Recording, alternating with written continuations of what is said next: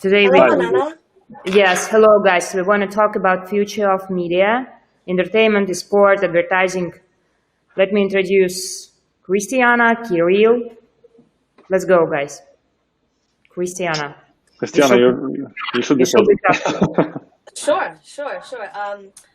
Christiana here, aka Miss Viva Live. Thank you so much for having me here on the show, Manana.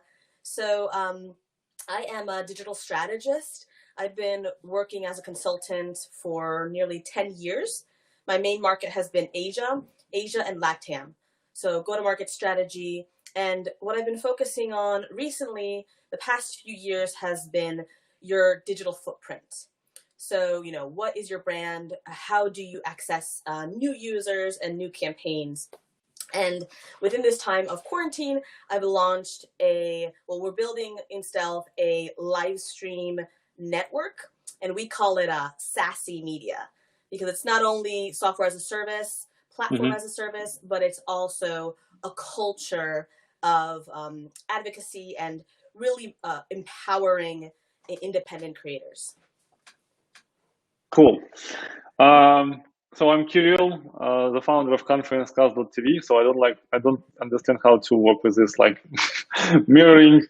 So I'll try to adjust myself in a frame. Yeah, it's not so easy. So I'm a founder of ConferenceCast.tv. I'm a serial entrepreneur, like 20 years in startup movement. Nice.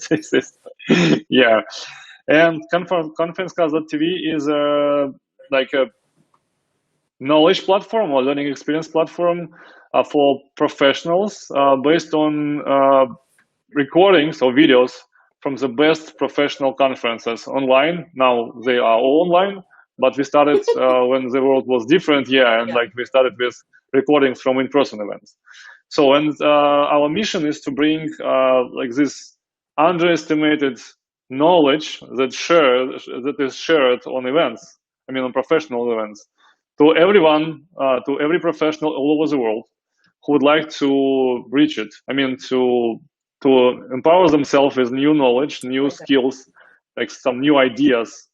And like I see it as a platform working with video as a media, but presented in a way that allow to work with this format, like in a differently that we usually work with this media. So I see it as a library that allow you to access every idea or sample like easily. So like, and that's why we implement search through all content we have.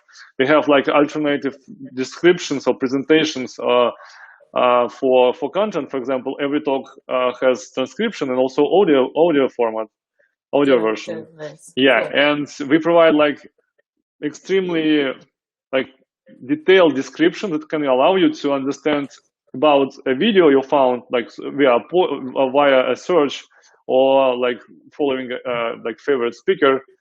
What is it about, and like where the place in this talk that could answer your question and navigate to this point easily. So that's how I work. And actually, so like this platform could become have to become a place that also connects people who could create content to help to discover it better than to speakers and to influencers. That from my perspective will be do this work of picking different content and repackaging it for their own audience. That's a nutshell. That's what I do. I'm sorry for my English. Guys. And my first question: what is the media industry doing during the pandemic, and what are the key issues being addressed? What's going on in media or education and entertainment and in sport? How you're feeling about?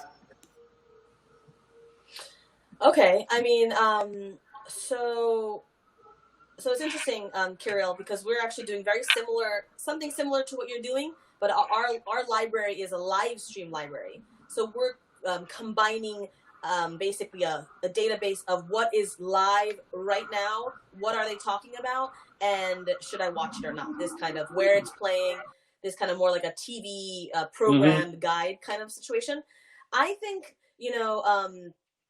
I think all of these things are valuable. I think what if you to answer your question, where's media going?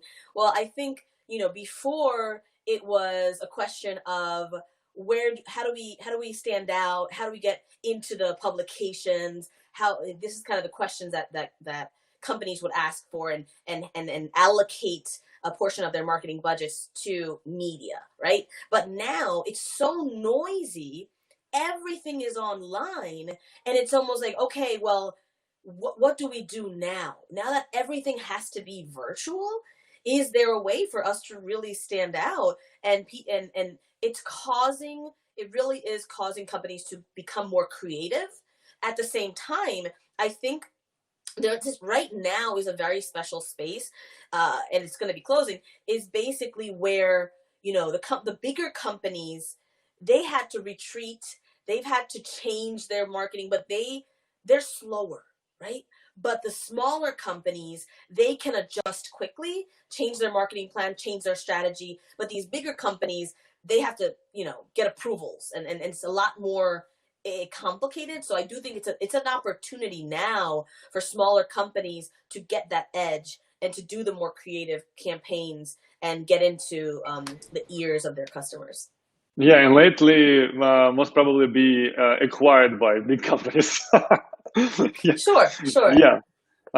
Yes, actually, that's how it works. I mean, like in the startup field, actually, big companies, when they like every startup that after it become like a huge company, huge structure, they change their strategy from like developing emerging like ideas to buying companies that's developing those emerging ideas, like being very small, and that's like, and thus very very mobile. I mean, like active. Yeah. So from my perspective, like I can say only about the event industry, because like historically I connected with event industry, so like a professional event industry. Actually, only one part of this industry. So because event industry, like in general, it only includes some kind of entertainment events and also corporate events, like closed events. I mean, it's only created for like inner consumption. I mean, within a company, for example. Yeah. But like I can say something only about the public events. I mean, like professional and industrial. So industry events. So we see like dramatic change on this market. So actually, and like if in May or even in June, some of players could think that something could come back. I mean, like to the states they used to deal with before COVID. Now I think there are only like few people left on the market who really believe in this. So everyone is agree that the changes that markets experience right now, they are forever, and this online component will be forever with us. And then what it means for the industry. So the industry loses its opportunity to make money. I mean, like on the level they used to have it before, because like before you easily paid like $1,000 for a ticket for in-person event, and now nobody will pay you this amount of money. The same story was with exhibitions, for example. So your company could pay like tens of dollars to have a booth. Now, like, what is it like when you have this like virtual space? Like you will never pay like even like $10,000 to have like a virtual booth. You can like potentially meet with somebody of event visitors. I mean, like online. And the same story with sponsorship.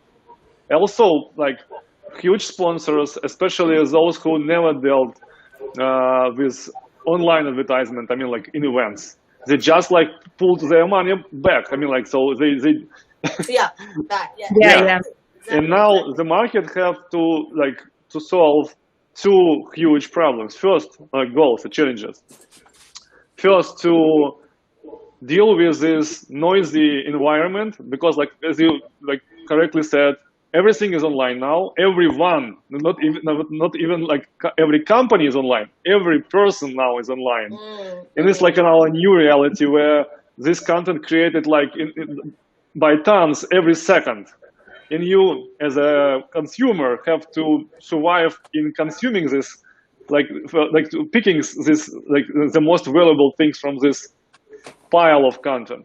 And second thing, for the industry itself, how to keep their audience, and that's most important, how to keep your revenue level or try to rise it from the very low level when it's like appear, like when they where they find it, like in like with this COVID, with their audience, like, because again, people pay money for things they think are valuable. Amongst this huge amount of content, it's much harder to positioning your value, and like it's a challenge in terms of marketing for those companies who place on conference market to present their value, to sell it to their audience that could, for example, gladly watch their content for free but not pay for it. Yeah, exactly. Okay, let's move to the next question. What's going on with new opportunities on the technology side? Like, let's look at some of this, like the different issues in like in perspective, maybe 10, 15 years. Something new in VR, AR, artificial intelligence, maybe blockchain, maybe what's going on? What is the next technology for the media, for the event marketing, for the live streaming? What is the next on the technology side? Well, I think one of the things I think, and this is, so a lot of people kind of criticize me, or, in getting into this space, live stream. Well, everybody is doing live stream. Everyone's doing some kind of service in live stream. It's an inundated market, right? But I really did like, Kirill, how you described it as repositioning your value, right? How do we do that? And I think the technology, while it is all the same, there's a lot. I mean, some things. I personally, mixed media, video, graphics and photos. I think that's the now. VR in that situation, that's the future, but it's not market ready. It's absolutely not market ready. It is not now. So I believe in mixed media. What I do think could be really impending, and something that we're working on is more. And as you said, it's not just every company is online. Every human is online. Everyone is in their phone. So what I believe it is going to be, it's more of, and as we learn, in decentralized systems and blockchain and the individual is more important than the collective, in the sense that now you can't have big gatherings. Now you can't have conferences. In-person things are, and even billboards are not as important as an individual phone, social media phone campaign, because people are in their phones. They're barely even looking up, right? So if we are able to leverage technology peer-to-peer, even with, let's say, advertisers being able to use micro influencers to distribute their value, to share their value, because one influencer to 20,000 people individually can share a stronger message. Imagine if you have 100 influencers with 20,000 followers, right? So using technology like this to be able to say, okay, I'm an advertiser, and then there are 100 micro influencers, and I can easily, using technology, set a campaign, set limits, like with smart contracts that say, if you are able to share my product with 100 of your followers, you're going to get this kind of reward. We're seeing that. Wow, we're seeing great that. idea. It's a great idea, I mean, for the next 2-3 years. And how it will be work with machine learning, for example. Because do you remember, guys, from OpenAI, they want to support to the media, to the voice recognition, to the text. But what's going on with video? Let me answer. What's the next technology for the video? From my perspective, there are like two challenges. First is, for technology. First is to make this content, to bring it on a new, like a higher quality level. So for example, now everyone experience the problems with like bandwidth, and you can see like, for example, Manana little bit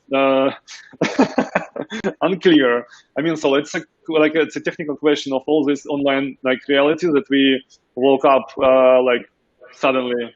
And I think this question will be solved. I mean, by huge like cable companies or internet providers. As a first, and because Like a because 5G, like a yeah 5G. yeah Okay. and because without this change, this content could lose its like attractiveness. So it's very important thing. I mean, again, like stepping back, in case like if we observe this situation from a perspective of attractiveness of content, and like in picking content like among this pile, like there's tons of content. So quality have to become and will become one of the most important things like for content. And like because we create everything online, those channels have to be as wide as possible, because like it's directly influences on quality.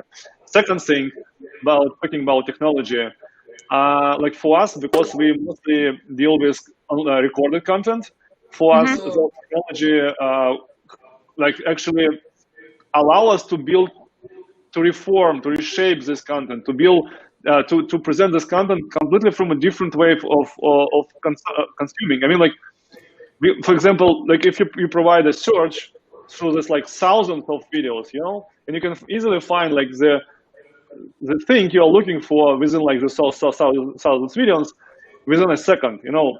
It's a different thing than like you have like those thousand videos and you have to watch them like one by one, or just watch on the description to understand what it's about.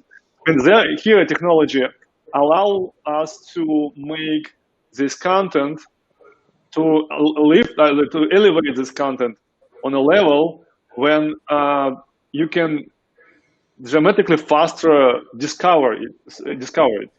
Okay. Because this discoverage is like very important thing. I mean, like, because again, we have to deal with millions, billions items of this content. In like to find your audience, you have to provide it with a tool that allows them to navigate through it, and like it's the best way to navigate to your content. So technology will help us to navigate this. And what do you think about like the new type of media on the side of the blogging? I think like blogging will become all blog-related things will come to video blogging, like blogging. Right. I mean, like blogging is like, some people but don't it's completely different, because it's not on the voice side, it's not on the text side. You should be like. My idea is very very simple. Like, listen, like we've already passed this how to say it.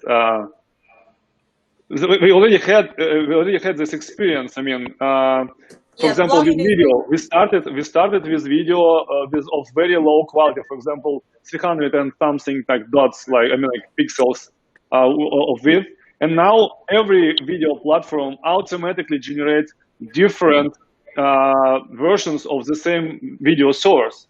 Like from my perspective, like I'm not sure it will happen like next year. But I mean, during the next 5 years, maybe 10, technology will allow to create different like snapshots of the same content based on video. For example, you record your blog post, then some artificial intellect generates kind of a blog article based on your video. You know, kind of this. I mean, like, because now this like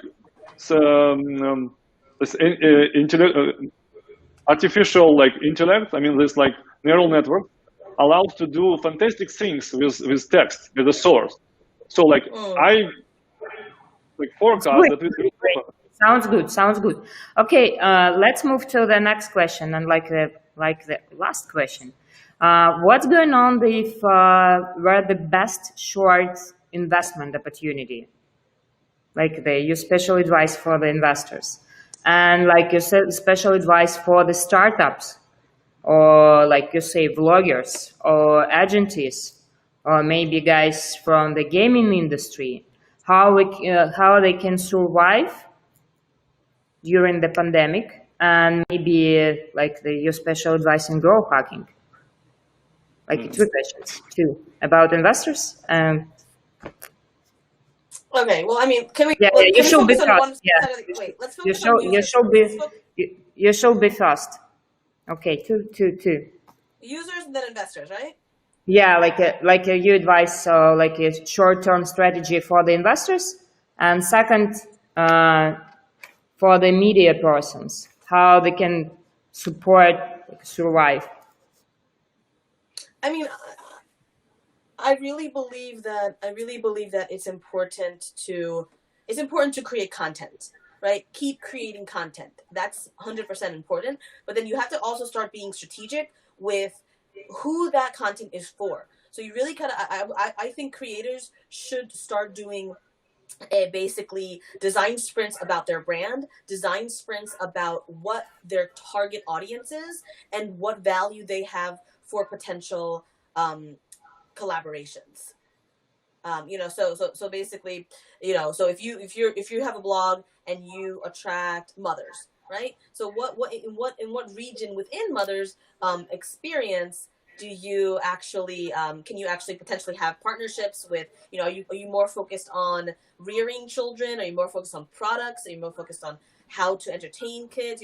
There's so many different ranges and potential content that you have, and then brainstorming what alliances could I have where I could start getting affiliate marketing and partnerships and product placement and things like that. I think people need to keep creating content and then also think about specific alliances that they can start making. For the investors. For the investors, I think it's true. I mean, I'm told this all the time. Hey, there's so many people in this market. Why your company? And I think one thing you can look into is look at the track record of that entrepreneur. Look at the team, and it's less about the technology, because the technology, everybody has the technology. I don't think there's anyone that has super innovative technology that's not already, the tools are already out there. But I do think that it's really when you're looking at these opportunities in this new media and streaming, look at the team, how passionate they are, and if they're going to not quit, basically. Mm-hmm. And what is your best venture capital firm who invest in media technologies? I'm not really sure. I think all VCs are kind of hurting right now, and they're kind of I couldn't say for sure, because if I could say for sure, I would probably go to them and get funding for my own company. But in general, I just say it's your responsibility to kind of just go after VCs that fit your style and that you would like to have a relationship with, because in the end, it's a relationship. Mm-hmm. Okay, thank you. And Kirill? So advice for investors or for startups? No, it's like the question was about new opportunities for the short investment strategy. Because yeah. From my perspective, nothing dramatically changed. I mean, like, since COVID came, like, except you can't meet your potential, like a startup you want to invest, like, in person. That's all. But I don't think so the trends on the market, I mean, in terms of technology development, that could bring what we just discussed to this new level, they started to develop years before. So, like, from this perspective, nothing changed. Maybe some accent appeared. For example, like, nobody expected that this demand, like, dramatically increased demand for online platforms for event industry. But for the next I don't know, 5-7 years, because you talked before about 5G, you talked before about new, like, the cameras for the live streaming, you talk about events, but after that,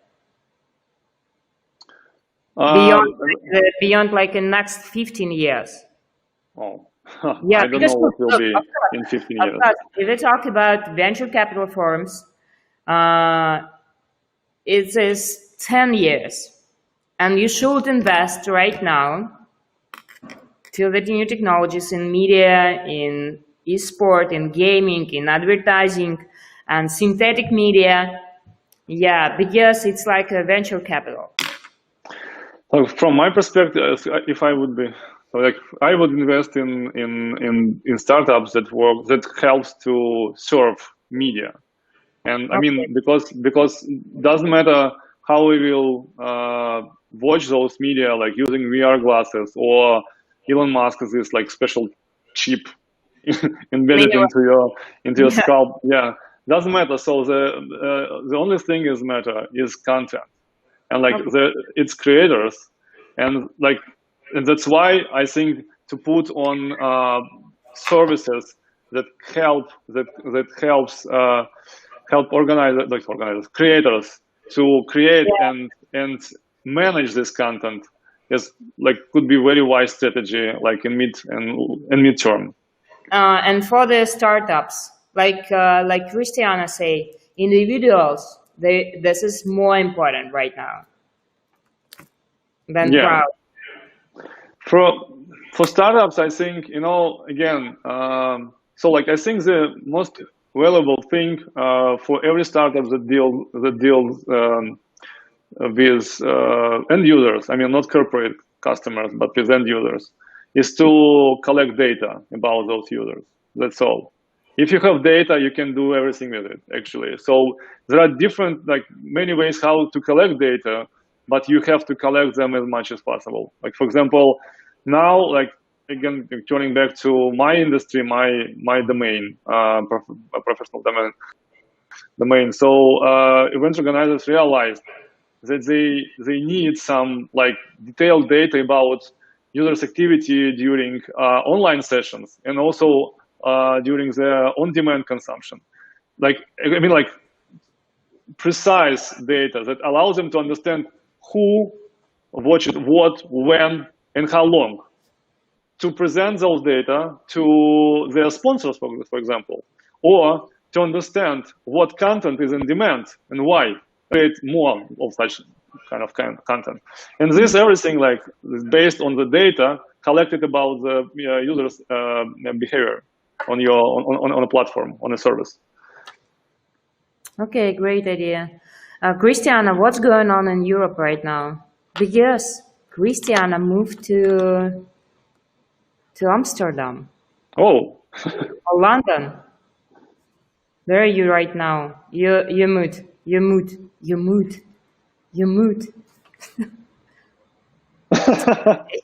No, Christiana, you mood. no, Mike. Ah, hey guys. Yeah.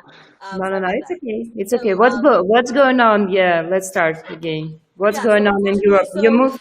You moved to Europe because of COVID, or maybe new boyfriend, or maybe no, something because of new my with your baby. business. Because of Give On Live is my baby startup. So I decided to bring the Give On Live to launch in Europe first, mainly because I feel that here, kind of like so cryptocurrency companies, a lot of times they seek to get SEC approval, even if they're not a United States company. They want the SEC, the Securities Commission, to clear their company. In the same sense, in Europe, there's a lot of higher standards for IP, for intellectual property, and for broadcasting.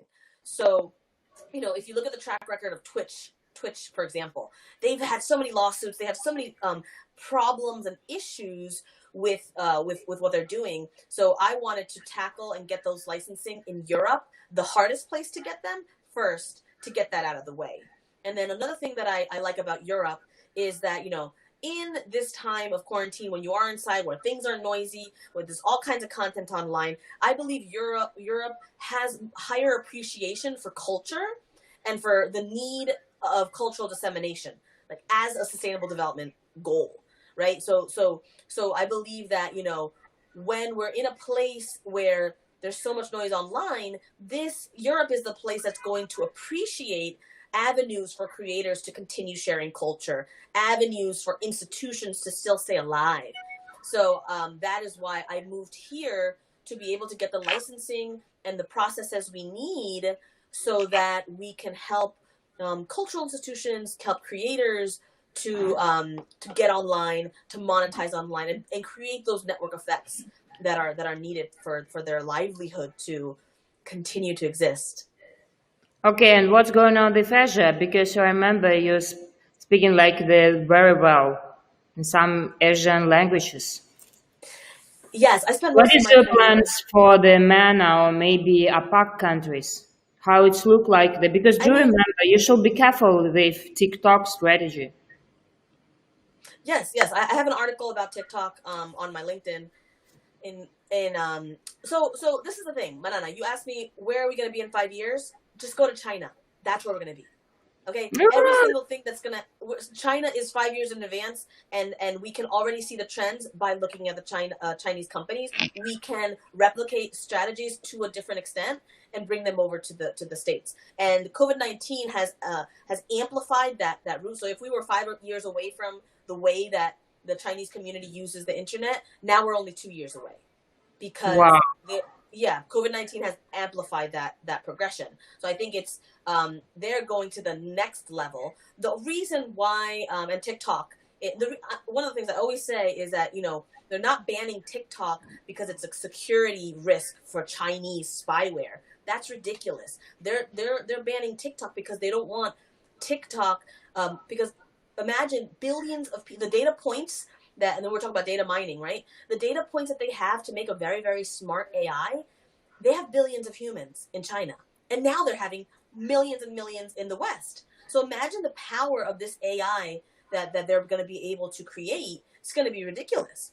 And the other countries have no way to catch up if China basically just takes the whole world. TikTok takes the whole world, right? So this AI is going to be so strong and valuable.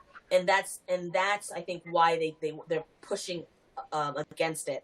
And but it is you're talking about this different medias, right? But it is Yeah, very like different interesting. medias, different markets, because it's really strong competition in like I say in Hong Kong, in actually in Tokyo as well, in Yeah, Beijing, yeah, completely different. Because of yeah, it's course, yeah, different. I'm It's different. totally agree. It's really great strategy if you wanna move to the Europe because of your product, because of your like patents and like maybe pilot. But what's going on after that? Because you look like you're in middle between the like Europe, between the US, and plus um, you wanna go to the China. Yeah, absolutely. I would say the highest, like for example, e-commerce. The top e-commerce sales come from UK, US, and China right now. And then also, I was reading another report about art collectors and younger art collectors. The sales are actually in Singapore. Within Asia, Wow. Singapore has lots of sales for art. And then again, Because it's of Chinese, yeah, Chinese millennial investors. yeah, I don't know exactly the age group, but basically, how can you take money out of China? Buy some art and take a plane. You know what I mean? So buying art is a way to get money out, essentially. But I do believe the reason I'm doing Europe first is there is also this kind of it's this like kind of back and forth Western worship type thing in Asia where they love US brands and they hate US brands, but they Mhm. like the Western things. I would say if you're wanting to think about where your company is going to be in 5 years, or how to have innovative structures of networking and using the internet, and you want a preview of that, look into how China's doing things, specifically China, more than any other of the Asian countries. Interesting. But there is, if you do want to launch in China, then it's good to establish yourself as a Western strong brand and then go to China, because they like luxury, they like the strong Western brand, and they want to be a part of that. It's like the older brother syndrome or something. Okay, guys, thank you for the stream. Thank you for your time. See you. But yeah, it was like really amazing. Now let's talk a little bit later. Thank you for the invitation. Yeah, thank you Yeah, Thank you, for Manana. having me You're here. amazing. Awesome. Let's stay no, in touch. Bye. because yeah, thank you so much, and yeah, let's do something together. because Absolutely, absolutely. If you yeah, come to the United Kingdom, I'm out here for as long as it takes. no, let's do something online. Okay, all right, sounds good. Yeah, let's talk about China and bloggers and like new creators. Sure, sure. Yeah, thank Maybe you we can for do your time. comparison. Thank you, Kirill. Comparison. Thank you, Christiana. Please share with our audience a little bit more about your products. And see you next time. Yes, Have a sounds great good. day. Bye. Bye bye.